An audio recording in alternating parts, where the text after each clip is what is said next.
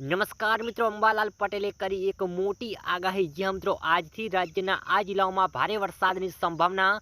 જાણો ક્યાં કેટલો વરસાદ પડશે તેની તમામ માહિતી મેળવીશું, તે માટે વિડીયોના અંત સુધી બન્યા રહેજો। જ્યાં મિત્રો ગુજરાતના કેટલાક ભાગોમાં મેઘરાજા મહેર કરી શકે છે। હવામાન વિભાગ દ્વારા આગામી 7 દિવસ માટે રાજ્યના વિવિધ વિસ્તારોમાં ગાજવીજ સાથે હળવેથી મધ્યમ વરસાદની આગાહી કરવામાં આવી છે।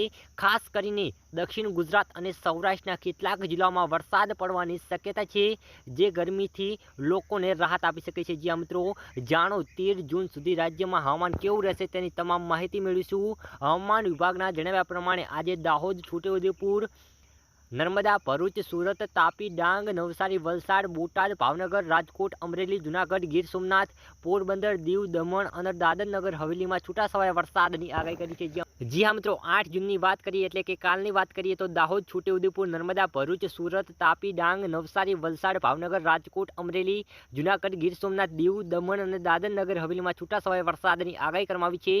9 જૂનની વાત કરીએ એટલે કે 9 તારીખની વાત કરીએ તો સુરત, તાપી, ડાંગ, નવસારી, વલસાડ, ભાવનગર, અમરેલી, દમણ અને દાદર નગર હવેલીમાં છૂટાછવાયા વરસાદની આગાહી કરવામાં આવી છે। 10 જૂનના વાત કરીએ તો ડાંગ, નવસારી, વલસાડ, ભાવનગર, અમરેલી, દમણ અને દાદર નગર હવેલીમાં છૂટાછવાયા વરસાદની આગાહી કરવામાં આવી છે। 11 જૂનના રોજ એટલે કે ડાંગ, નવસારી, વલસાડ, ભાવનગર, અમરેલી, દમણ અને દાદર નગર હવેલીમાં છૂટાછવાયા વરસાદની આગાહી કરવામાં આવી છે। જ્યાં મિત્રો 12 જૂનની વાત કરીએ તો ડાંગ, નવસારી, વલસાડ, ભાવનગર, અમરેલી અને દાદર નગર હવેલીમાં છૂટાછવાયા વરસાદની આગાહી કરવામાં આવી છે। 13 જૂનની વાત કરીએ તો નવસારી, વલસાડ, ભાવનગર, અમરેલી, દમણ અને દાદર નગર હવેલીમાં છૂટાછવાયા વરસાદની આગાહી કરવામાં આવી છે। જ્યાં મિત્રો આ વિસ્તારોમાં ભારે વરસાદ પડશે તેવી અંબાલાલ પટેલની આગાહી મોટી સામે આવી ગઈ છે। જ્યાં મિત્રો આવા જ હવામાન અપડેટ જાણવા માટે આપણી યુટ્યુબ ચેનલને સબસ્ક્રાઇબ કરી દેજો। જ્યાં મિત્રો